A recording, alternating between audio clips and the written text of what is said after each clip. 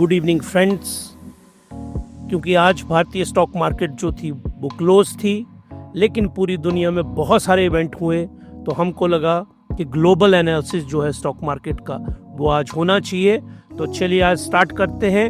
Trump tariff 90 दिनों की रोक ने रॉकेट बनाए दुनिया झांके शेयर बाजार, और कल भारत के ऊपर क्या असर पड़ेगा इसका जब स्टॉक मार्केट ओपन होगी, इस सब का एनालिसिस हम करेंगे। यहाँ पे ये देखिए, ये हमने ऊपर क्या बनाया हुआ है, यहाँ पे this is dragon is what, China, और इस तरफ हमने क्या बनाया हुआ है, यूएसए। तो ड्रैगन की वॉर शुरू हो गई है किसके साथ, यूएसए के साथ। ये देखिए यहाँ पे हमने यूएसए को बनाया हुआ है और ये यूएस टैरिफ। लेकिन अब ये टैरिफ जो है, आप ऐसा मत सोचिए कि ये टैरिफ सिर्फ और सिर्फ चाइना के ऊपर लगेंगे। इसमें इन लोगों ने अनाउंस किया है कि जो बेसिक 10% टैरिफ है वो तो पूरी दुनिया के ऊपर लगेगा, लेकिन चाइना के ऊपर लगेगा 125%। इसको एनालाइज करेंगे हम। ये स्टील और एल्यूमिनियम के ऊपर पहले टैक्स लग चुका है। स्टील, एल्यूमिनियम, इसके ऊपर जो टैक्स है, ये देखिए मैक्सिको के ऊपर लगा है यहाँ पे, फिर कनाडा के ऊपर लगा, ईयू पे, ब्राज़ील पे ये टैरिफ लग चुका है। एल्यूमिनियम एंड स्टील के ऊपर यूएस ने ये टैक्स लगा दिया हुआ पहले। ये 25% है और ये 25% लगा रहेगा। इसमें बहुत अच्छी बात यह है कि भारत बहुत कम एल्यूमिनियम और स्टील बेचता है यूएस को, तो भारत के ऊपर बहुत ज़्यादा फर्क नहीं है। अब आइए, जो उन्होंने आज किया, कल शाम को यूएसए में वहाँ के जो प्रेसिडेंट हैं, देखिए डोनाल्ड जे ट्रम्प। ऐसा कभी हो नहीं सकता कि इनका नाम लिए बगैर आजकल हमारे वीलॉग खत्म होते हों, लेकिन बड़ा ज़्यादा समय बचा नहीं है इनके पास। एक बार वहाँ सीनेट के चुनाव होने दो आप, और उस सीनेट के चुनाव, सीनेट वहाँ वैसी है जैसी भारत में राज्यसभा है, वैसी चुनाव वहाँ होने दो। वहाँ हर, अब जो सर्वे आ रहे हैं उसमें डेमोक्रेट की जो मेजोरिटी है वहाँ होने वाली है, और एक बार उनकी मेजोरिटी वहाँ पे होगी तो ये उल जुलूल जो डिसीजन ले रहे हैं वो नहीं ले पाएंगे। तो यहाँ पे मैं आपको बताना चाहता हूँ कि देखिए आप यहाँ पे, ये देखिए डोनाल्ड जे ट्रम्प साहब। डोनाल्ड जे ट्रम्प साहब जो है, इनकी बदौलत ये सारे टैरिफ लगे हैं। यूरोपियन यूनियन जो है, शेयर ऑफ यूएस इंपोर्ट 18.5% है इनका। प्रीवियस रेट 20% था, अब घटा दिया इन्होंने 10%। चाइना का शेयर कितना है, 13.4%, जो यूएस इंपोर्ट करता है और चाइना एक्सपोर्ट करता है। पहले 34% था, अब 125%, वूपिंग 125%। यहाँ पे मैंने एक कॉन्सेप्ट आज आपको एक्सप्लेन करना है, और वो कॉन्सेप्ट है बॉन्ड मार्केट। बॉन्ड मार्केट का कॉन्सेप्ट आपको एक्सप्लेन करूँगा, और वहाँ पे मैं लेके आऊँगा कि ये जो यूएसए वर्सेस ड्रैगन चाइना की जो फाइट है, ये फाइट किस तरफ जा रही है, और इस फाइट का इंडिया को क्या बेनिफिट होने वाला है, ये एनालिसिस आज हम बहुत डिटेल में करेंगे। तो चलिए जल्दी से ये देखते हैं कि बाकी वर्ल्ड में देश कौन से हैं। जापान 4.5%, 24% था, अब 10% हो गया। वियतनाम 4.2%, 46 से 10% आया। साउथ कोरिया 4.0%, 25% से 10। ताइवान 3.6%, 32% था, 10 आ गया। सबसे इम्पोर्टेंट है यहाँ पे हमारे लिए भी और दुनिया के लिए भी, दैट इज इंडिया। इंडिया का जो शेयर है उनके किसमें, यूएस के इंपोर्ट में 2.7% है। और मैं खुद यहाँ पे हैरान हूँ कि जब हमारा इतना कम शेयर है अमेरिका के इंपोर्ट में, तो हमारी स्टॉक मार्केट इतनी बुरी तरह से क्रैश क्यों हुई। और आज यूएस में भी वही चला हुआ है concept, that is short selling and inside trading. Inside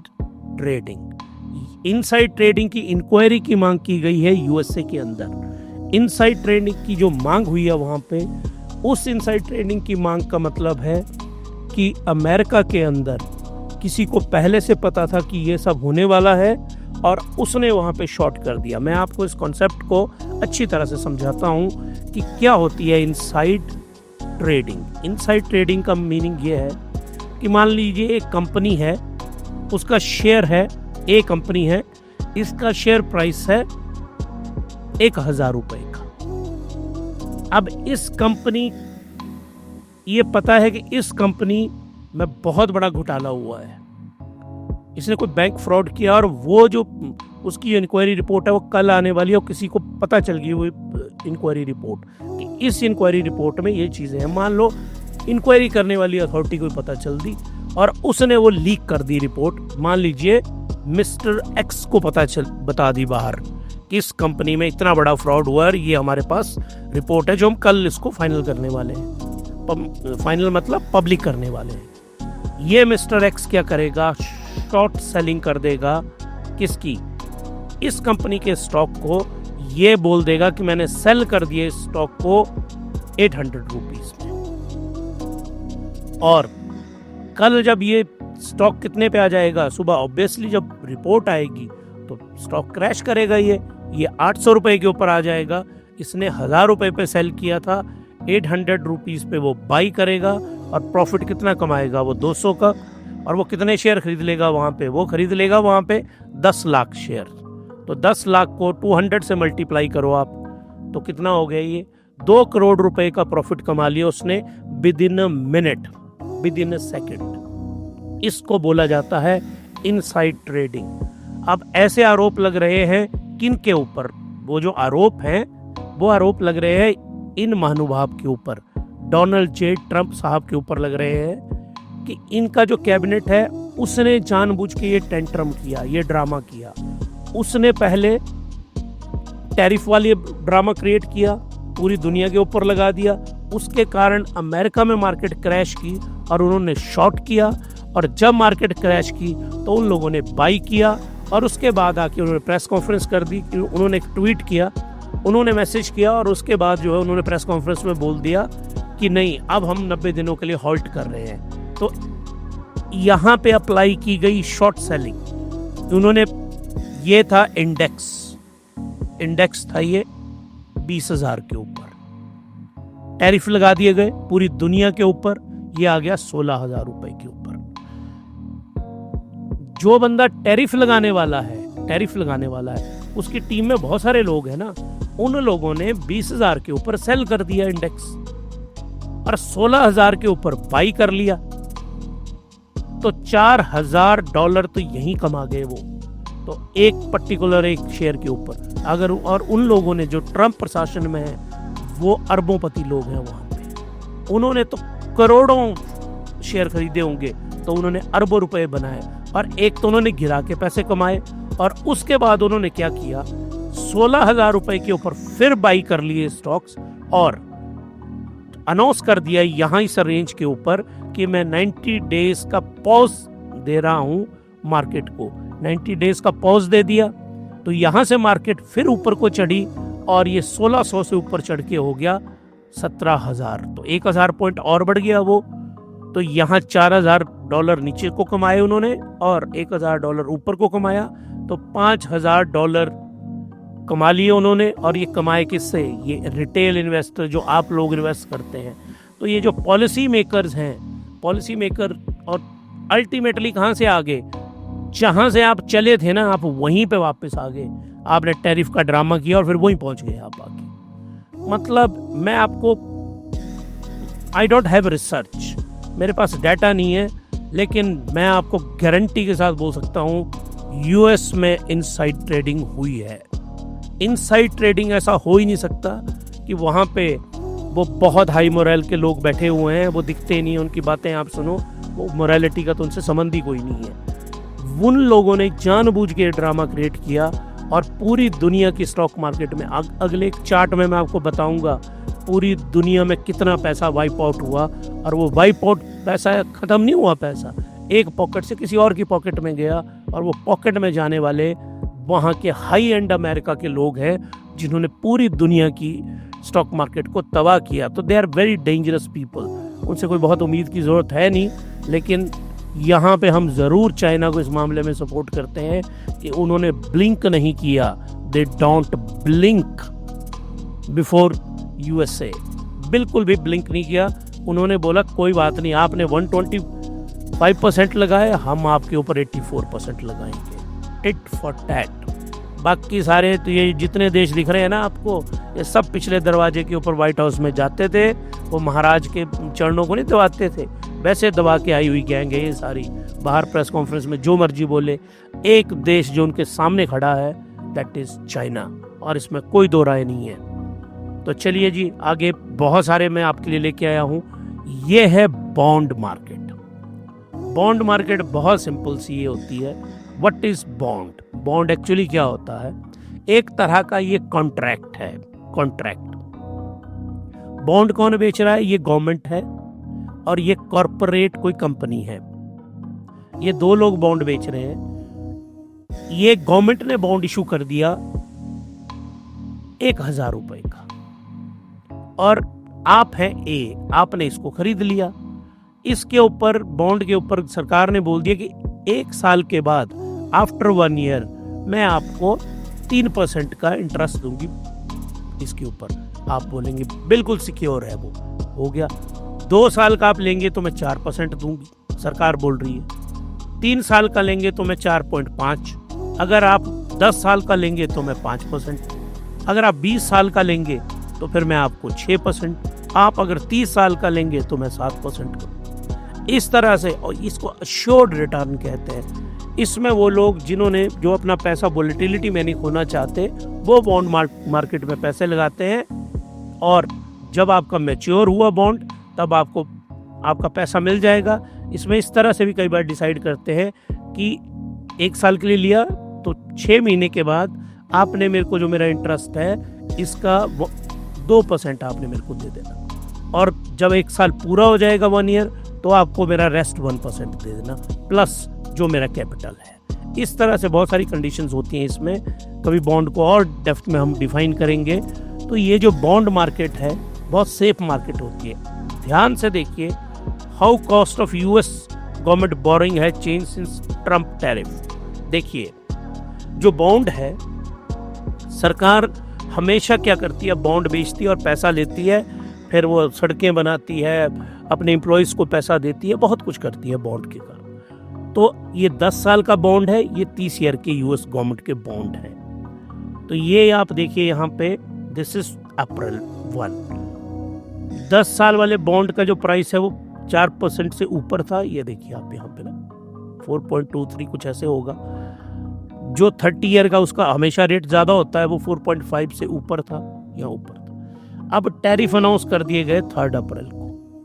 जब टैरिफ लगते हैं तो बॉन्ड ने क्रैश किया नीचे को, देखो आप, दोनों क्रैश किए। ये उल्टा होना चाहिए था। यहाँ पे स्टॉक क्रैश हुए, वो बात बनती है, स्टॉक ने क्रैश करना था।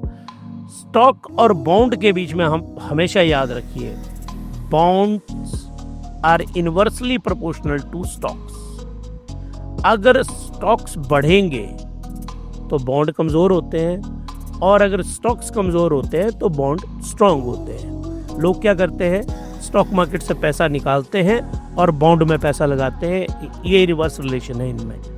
तो यहाँ पे ट्रंप साहब ने सोचा था ऐसे जाएंगे ये, जबकि एक्चुअली रियलिटी में कैसे गए, ये नीचे को गए। तो यहाँ तो ट्रंप साहब की थियरी होगी फ्लॉप। और स्टॉक मार्केट में कोई खास इन्वेस्टमेंट नहीं होती।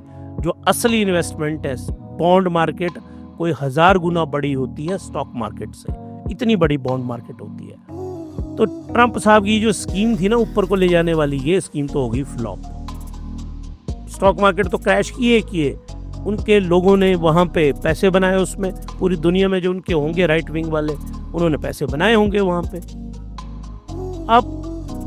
अब आ गया मंडे 7 अप्रैल। यहाँ से क्या हुआ, अब स्टॉक बॉन्ड जो है ना ऊपर को हल्का सा जाना शुरू हुए, और यहाँ पे ट्रंप साहब को लगा इस जोन में कि चलो ठीक है, ये बॉन्ड मार्केट ऊपर को जा रही है। और ये देखिए आप, ये बॉन्ड 5% को टच कर रहा था और ये 4.5 पर, बहुत अच्छे रिटर्न माने जाते हैं, ये बहुत ही अच्छे रिटर्न, एक्सेलेंट रिटर्न। अब लगा वो टैरिफ। अब यहाँ से इसको इस रेंज से ऊपर को जाना था इस बॉन्ड को, और इसका प्राइस भी यहाँ से ऊपर को जाना था। ये तो उसने लेवल टच कर लिया था, अभी फोर्स में नहीं आया था टैरिफ। अब टैरिफ जब फोर्स में आना था तो उसने ऊपर को जाना चाहिए था इसको, लेकिन ये ऊपर को गया नहीं। और ट्रंप साहब को वहां पे लगा और वहाँ जो एक्सपर्ट्स ने उनको बताया होगा, वो तो अब उनके हैं कि नहीं है वो तो डाउट ही है। वहाँ पे इन्होंने पॉज कर दिया, सम टैरिफ्स आर पॉज्ड, तो स्टॉक तो चले गए ऊपर को, और ये देखिए प्लंज होके नीचे आ गई बॉन्ड मार्केट। इनवर्सली रिलेशन होता है, स्टॉक ऐसे करके ऊपर को गए होंगे ऐसे करके, और बॉन्ड ऐसे करके नीचे को गिरे हैं, क्योंकि इन दोनों का रिलेशन जो है वो इनवर्स रिलेशन है। तो बॉन्ड मार्केट का ये बिहेवियर है जो बहुत ही इरेटिक है। बॉन्ड मार्केट कभी ऐसे नहीं रहती है, ये देखो कभी नीचे आ रही है ऊपर जा रही है, बॉन्ड मार्केट ऐसे ही चलती है हमेशा। ट्रंप साहब ने आके सब कुछ तहस नहस कर दिया। इसी बॉन्ड मार्केट के प्रेशर के अंडर ट्रंप साहब को क्या करना पड़ा, वहां पे वापस लेना पड़ा अपना टैरिफ, पर वहां पे बहुत बड़ी समस्या खड़ी होगी आज की डेट में। जो ये बॉन्ड बेचे हैं यूएस की सरकार ने, इन बॉन्ड्स का 30% दुनिया वर्ल्ड के नेशंस, दुनिया के देशों ने ये बॉन्ड खरीदे हैं, और 30% में से 9% चाइना के पास है बॉन्ड। तो चाइना के पास जो उनके बॉन्ड पड़े हैं, चाइना अगर इसको सेल करना शुरू कर दे तो इसको पता क्या बोला जाएगा, इसको बोला जाएगा न्यूक्लियर बॉम्ब फेंकना यूएस की फाइनेंशियल मार्केट के ऊपर। एक तरह का एटॉमिक बॉम्ब फेंक दिया जाएगा अगर चाइना इन बॉन्ड्स को सेल कर दे मार्केट में जाके। वो करेगा नहीं अभी तक, लेकिन ये जो वॉर है ये बड़े खतरनाक जोन में जा रही है, और इसको हम आगे आपको फर्दर इलेबोरेट करते रहेंगे जब हम आगे बढ़ेंगे। अब आइए आप, tariff war drags global market down. ये देखिए जब से ये टैरिफ वॉर चली है, ये देखिए आप यहाँ नवंबर में आगे थे ना राजा, क्या कहते हैं वो, कहते थे ना देवकाधीश, वैसे ही जो मुगलों के राजा थे ना, वैसे ही राजा आगे ट्रंप साहब वहाँ पे। और वहाँ से देखिए सिर्फ एक एसेट ऊपर को गया है, दैट इज गोल्ड। गोल्ड का जो एसेट है पिछले 6 महीनों से देखिए आप बिल्कुल राइज कर रहा है। ये $2600 से $3000 पे चला गया। क्रूड ऑयल इस जोन के अंदर था, और यहाँ पे क्रूड ऑयल पहुँच गया आज $57 के आसपास। मैंने भी पहली बार अपने लाइफ टाइम में $60 से नीचे क्रूड को देखा।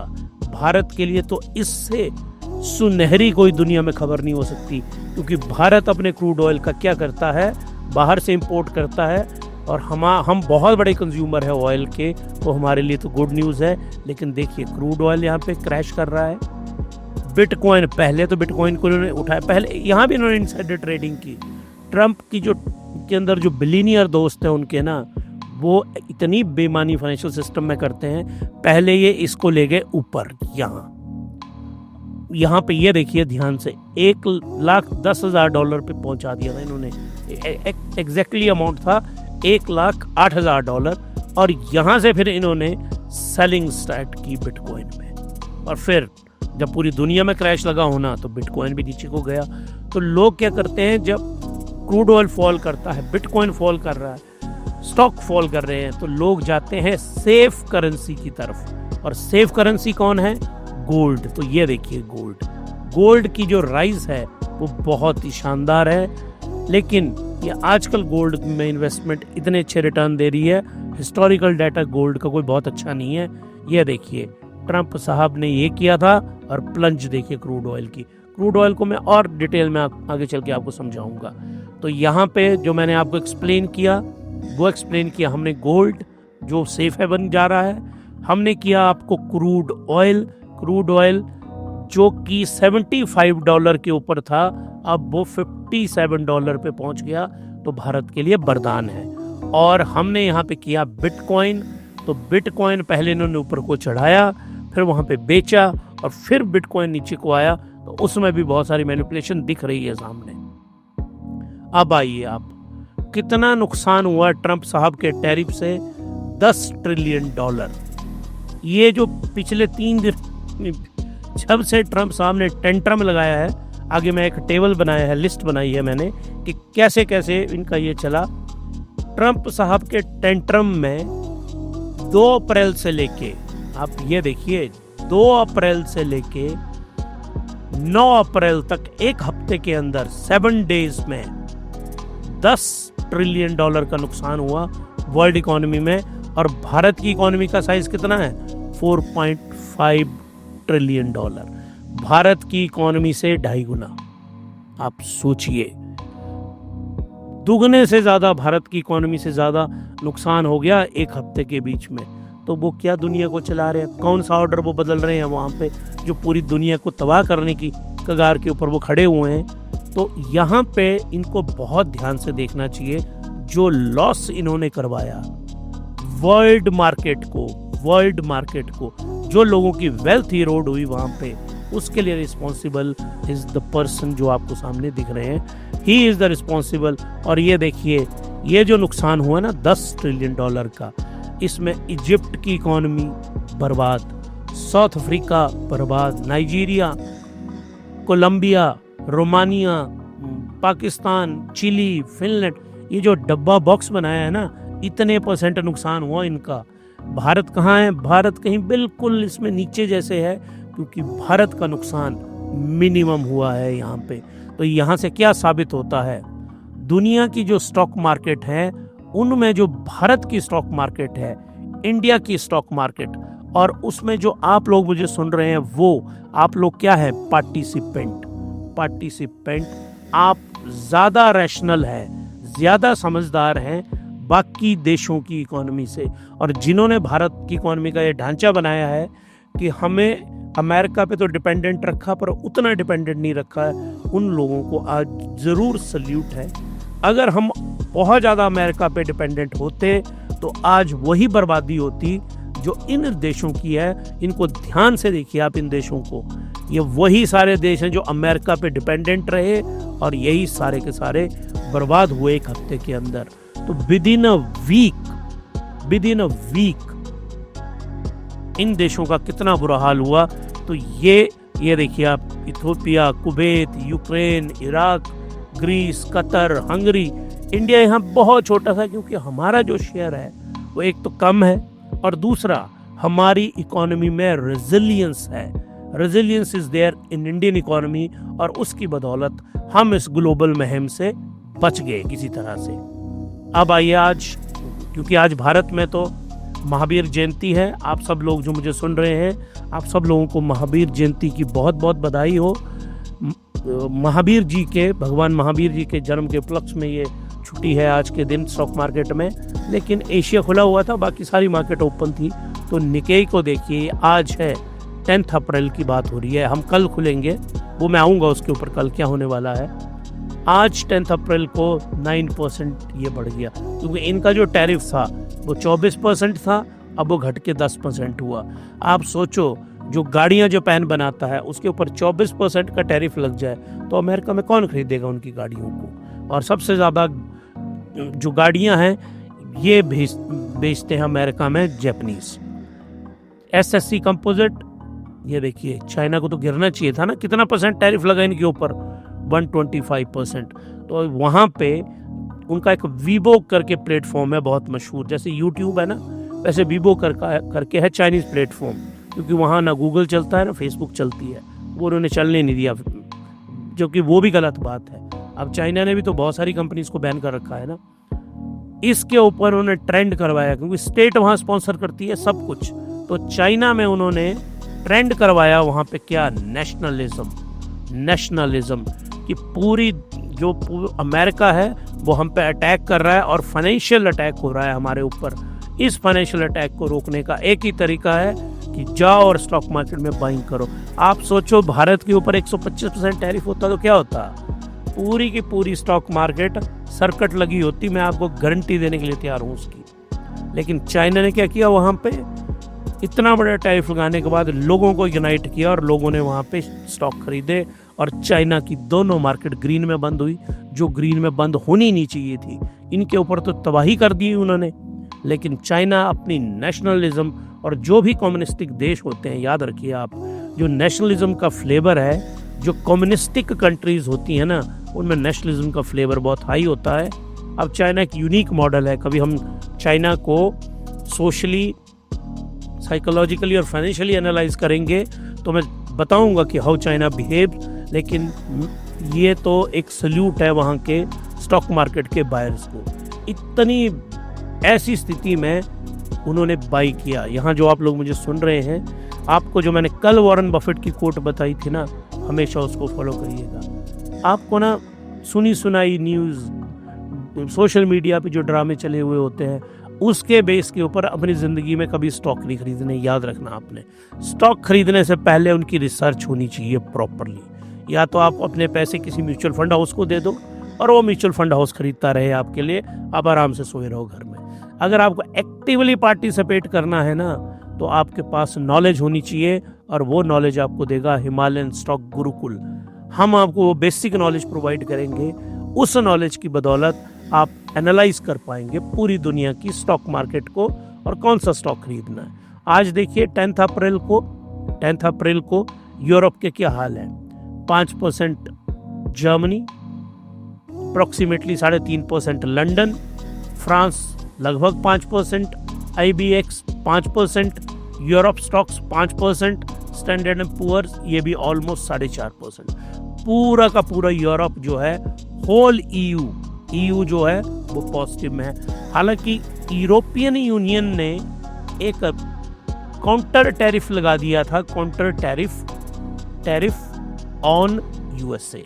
इन्होंने अनाउंस कर दिया था कल ये, लेकिन जब उनको ये खबर आई तो उन्होंने भी उसको होल्ड कर दिया। तो यूरोप की मार्केट ने, क्योंकि यूरोप बहुत सारा सामान, नंबर 1 जो पार्टनर है अमेरिका का, it is European union, it is not China. तो नंबर 1 इनका पार्टनर है, तो इसको तो राहत मिलनी थी वहाँ पे। बिटकॉइन टू इंडियन रूपी, अब यहाँ मैं आपको बताना चाहता हूँ, एक दिन की बात है, एक दिन में 8% राइज किया, 5,23,000 रुपये एक दिन में ये राइज कर गए। तो ये देखिए प्रीवियस क्लोज जो था अप्रोक्सीमेटली 66 लाख पे था और 71 लाख इसकी चल रहा है अभी। तो ये बहुत ही वोलेटाइल करेंसी है बिटकॉइन। कभी भी बिटकॉइन में आपको इन्वेस्ट करना है तो ध्यान रखिए, जो बहुत ही रिस्की इन्वेस्टर्स हैं, रिस्की इन्वेस्टर्स, उनको ही इन्वेस्ट करना, और हमेशा याद रखना बिटकॉइन में करना। उसकी जो क्या स्ट्रेटजी है उसको स्टडी करने की। हिमालयन ब्लॉकचेन गुरुकुल हमने स्टार्ट किया है, आप उसको ज्वाइन करिए। वहाँ पे हम आपको ब्लॉकचेन और क्रिप्टो की जो सारी टेक्नोलॉजी वो एक्सप्लेन करते हैं। अब आइए, आप कल भारत में क्या होने वाला है उसके लिए आपको मेंटली आज तैयार रहना है। यह है गिफ्ट निफ्टी 50 इंडेक्स फ्यूचर, ये 24 घंटे चलता है, याद रखिए आप। इसकी ट्रेडिंग 24 घंटे हो रही होती है, और इससे हमको पता चल जाता है कि कल हमारा जो निफ्टी 50 है वो कैसे ओपन होने वाला है। तो ये मैं लेके आया हूं भारत में 7 PM अभी शाम को 620 पॉइंट 620 लगभग 3% ये राइज कर रहा है। तो मॉर्निंग में ये क्या करेगा, राइज के साथ उसने ओपन करना। और जो मैंने आपको सिखाया हुआ है हिमालयन बास्केट इन्वेस्टिंग, वो मैंने आपको क्या समझाई हुई है, बियरिश डे में, बियरिश डे, उसमें आप कल गैप अप इसमें ओपनिंग होगी, और आप लोगों ने ना वो जो फालतू की गैप अप ओपनिंग होती है ना, उसमें ट्रैप नहीं हो जाना है, जाके वहाँ फंस नहीं जाना है कि हाँ चलो हम खरीदते हैं, क्योंकि मार्केट सेटल होगी। कल एक जंप मिलेगा, वो जंप मिलना तय है, क्योंकि बड़े बड़े फंड हाउसेस, इंस्टीट्यूशनल इन्वेस्टर्स, उन्होंने अपनी गेम वहाँ पे होती है, अपनी रिसर्च है उनकी, उसके अकॉर्डिंगली उन्होंने प्ले किया है वहाँ पे। आपने उनके साथ ट्रैप नहीं करना है वहाँ पे। जब भी गैप अप ओपनिंग होती है ना, तो साइड में खड़े रहना है और उसको देखना है, लेट इट सेटल, और उसके बाद आपको कोई भी बाइंग करनी है वहाँ पे। और आज चाइना कंज्यूमर प्राइस इंडेक्स आता है, उसकी रिपोर्ट आती है आज, देखिए 10 अप्रैल को। फोरकास्ट था कि माइनस में थी, जो 0 पे आनी थी, लेकिन आई माइनस में। क्या मतलब हुआ इसका, ये मैं आपको सिंपल तरीके से समझाता हूँ। पिछले साल किचन का जो सामान था, वो चाइना में किचन का सामान एक फैमिली का आया 10,000 रुपए का, ये आ गया पिछले साल का। इस साल वो बोल रहे थे कि 10,000 रुपए का आएगा, मतलब कीमतें नहीं बढ़ी।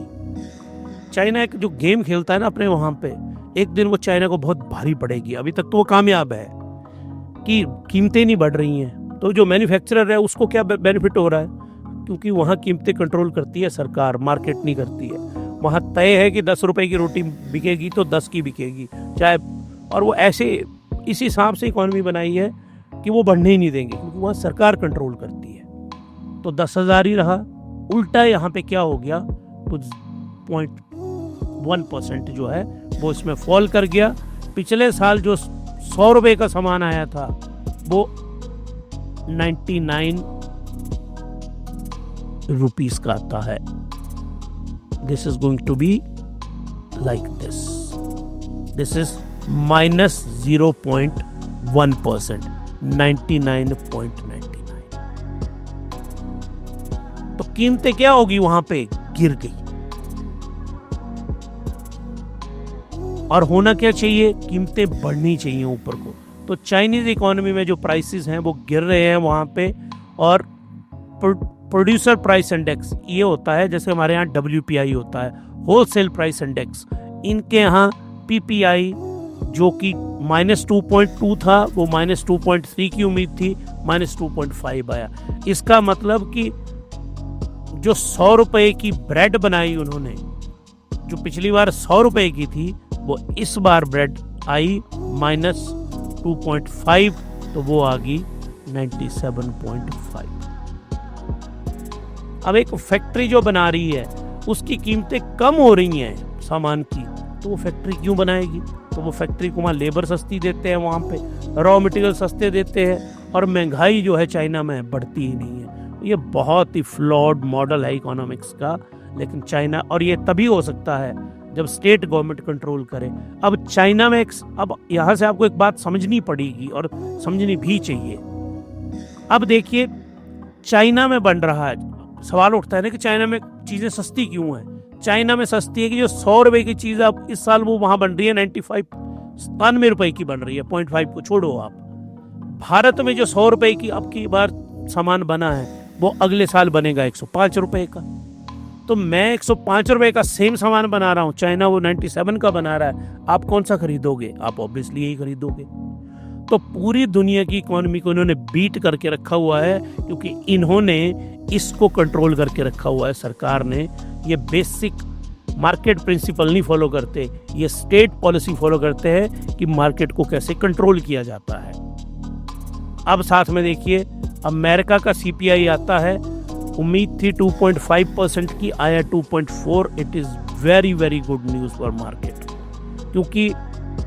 क्यों गुड न्यूज है? क्योंकि जो फेड है, फेडरल जर्मी पॉवल है वहां पे, जर्मी पॉवल साहब क्या बोल रहे हैं, फेड बोल रहा है, अमेरिकन फेड अपनी FOMC में बोल रहे हैं वो कि हम 2% होनी चाहिए इन्फ्लेशन। और इन्फ्लेशन देखिए इस पिछले महीने, ये मार्च का डाटा है, मार्च महीने का डाटा बोल रहे हैं, ये मार्च महीने में इन्फ्लेशन कम होगी जिसकी उम्मीद थी नहीं, पर वो कम इसलिए हुई क्योंकि अभी टैरिफ उस तरह से फोर्स में आए नहीं थे। अब अगर ये डाटा ट्रंप साहब ने पहले देख लिया होता ना, तो शायद वो 2 दिन और डिले करते टैरिफ को। ये तो शुक्र है उन्होंने देखा नहीं, क्योंकि ये डाटा लेट आया। तो ये 2.4 हुआ, बिल्कुल जो उम्मीद थी उससे उल्टा। कोर में क्या होता है, एनर्जी प्लस फूड, ये माइनस हो जाता है। इसके अलावा बाकी सब चीज़ों के दाम, ये भी 3% की उम्मीद थी, ये 2.8 आया। तो जो इन्फ्लेशन का डाटा है वो कम आया, और ये इसको बोलेंगे हम एक्सीलेंट न्यूज। ये एक्सीलेंट न्यूज है for emerging market. Emerging market कौन है? India, China, Vietnam. चाइना को तो चलो बाहर ही रखो आप, इंडिया, वियतनाम, आसियान के जो देश है। और जब भी इंटरेस्ट रेट वहाँ कम होंगे, अगर इंटरेस्ट रेट कम होते हैं तो उसमें क्या होगा, 10 से 15% जो पैसा है वो इंडिया के अंदर आएगा। तो उस चीज का बेनिफिट क्या होगा? भारत को बहुत ज्यादा बेनिफिट होगा उस चीज का। यूएस का इनिशियल जॉबलेस क्लेम का डाटा आया, 2,19,000 लोगों ने वहां पे जॉबलेस के क्लेम लिए थे। अमेरिका में बहुत अच्छी नीति है ये, भारत में भी होनी चाहिए। फोरकास्ट था 2 to 3,000 आएगा, लेकिन आया कितना? 2 to 3 एग्जैक्ट। तो it is also good for stock market. जो बेरोजगारी भत्ता लोगों ने लिया वो जितना सोचा था उतना ही आया, तो मतलब मार्केट की हालत ठीक है यूएस में। कॉन्टिन्यूस जॉबलेस जो क्लेम है वो उम्मीद थी 1880, लेकिन ये आया 1850, जो है ज़्यादा, and sorry it is less जो उम्मीद थी, इट इज़ ऑल्सो गुड। तो जो दोनों ये डाटा आए हैं, देखिए पिछला कितना था 1893 और 1850, तो इसके मुकाबले कितना कम। इसका मतलब कम लोगों ने वहाँ पे बेरोजगारी भत्ता लिया। अगर कम लोगों ने बेरोजगारी भत्ता लिया तो मतलब उनको वहाँ पे काम मिल रहा है मार्केट में। हमें अब ये क्या है जॉबलेस क्लेम, ये मैं आपको समझा देता हूँ। जो कैपिटलिज्म होती है ना, कैपिटलिज्म जो ओपन मार्केट होती है, वहाँ ऐसा नहीं होता कि एक बार आपको नौकरी मिल गई फिर उसके बेनिफिट ही मिलते रहेंगे पूरी उम्र। वहाँ वीकली और डेली बेसिस के ऊपर भी नौकरियाँ मिलती हैं। और आपको अमेरिका ने क्या किया हुआ है, आपको नौकरी मिल गई तो ठीक है, मान लो जिस दिन आपको काम नहीं मिला उस दिन आप जॉब लेस का भत्ता लोगे। ठीक हमारे नरेगा जो है ना, जो मनरेगा जिसको कहते हैं आजकल, नरेगा से शुरू हुआ था, ये स्कीम यहीं से कॉपी की गई है पूरी की पूरी, कि आपको अगर काम नहीं मिला, मनरेगा में काम नहीं मिला, तो जितनी दिहाड़ी है उसको आप क्लेम करेंगे और वो आपके खाते में आएगी। यही अमेरिका में है कि अगर आपको नौकरी नहीं मिलती, काम नहीं मिलता, तो आप भत्ते के लिए अप्लाई करें और सरकार आपको भत्ता देगी। तो जितने कम लोग अप्लाई करेंगे मतलब उतना ज़्यादा लोगों को काम मिल रहा है। काम क्यों मिल रहा है? क्योंकि फैक्ट्रीज में काम है तो वहाँ जो आउटपुट है वो अच्छी है। उससे हम ये इंटरप्रेट करते हैं सारा का सारा। अब आगे आइए आप क्रूड ऑयल कंटिन्यूस कॉन्ट्रैक्ट। जो क्रूड ऑयल का कंटिन्यूस कॉन्ट्रैक्ट है ये देखिए आप, WPI और ये ब्रेंट। WPI का जो क्रूड ऑयल है ये $59 के ऊपर आया। मैंने पहली बार देखा जब से हम ट्रैक कर रहे हैं क्रूड ऑयल को, मैंने पहली बार ज़िंदगी में इसको $59 देखा और ये $62 के ऊपर आ गया। This is excellent news, excellent news. जो किसके लिए? India and Indian stock market. हालांकि जो लोग क्रूड में डील करते हैं उनके लिए नेगेटिव न्यूज़ है। West Asia, Iraq, Iran, Saudi Arabia, Qatar, उन सब के लिए नेगेटिव है। अमेरिका बहुत बड़ा प्रोड्यूसर है लेकिन वो कंज्यूमर भी है, तो ना उसके लिए अच्छी है ना बुरी है। चाइना के लिए बहुत अच्छी न्यूज़ है, तो हम लोगों के लिए बहुत अच्छी न्यूज़ है, हमारी स्टॉक मार्केट के लिए बहुत अच्छी न्यूज़ है। ICE डॉलर इंडेक्स, ये देखिए डॉलर इंडेक्स गिरा है और कितना गिरा है? 1.43%। तो डॉलर इंडेक्स गिरा है तो इसका मतलब है कि डॉलर जो है ना, US डॉलर अगेंस्ट 6 करेंसीज के अगेंस्ट कैलकुलेट करते हैं, वहाँ वो कमज़ोर हो रहा है। इसके ऊपर इसको बोलते हैं DXY। इस DXY के ऊपर मैंने एक पूरा वीलॉग बनाया हुआ है, आप उस वीलॉग को जाके देख सकते हैं। उसको देखिए कि ये डॉलर इंडेक्स कैसे कैलकुलेट होता है। ये डॉलर इंडेक्स जितना कमज़ोर रहेगा भारत के लिए उतना अच्छा है, भारतीय स्टॉक मार्केट के लिए उतना अच्छा है। इसकी रेंज रहनी चाहिए 95 to 100 के आसपास, तो ये अच्छा है हमारे लिए। लेकिन किसके लिए बुरा है ये?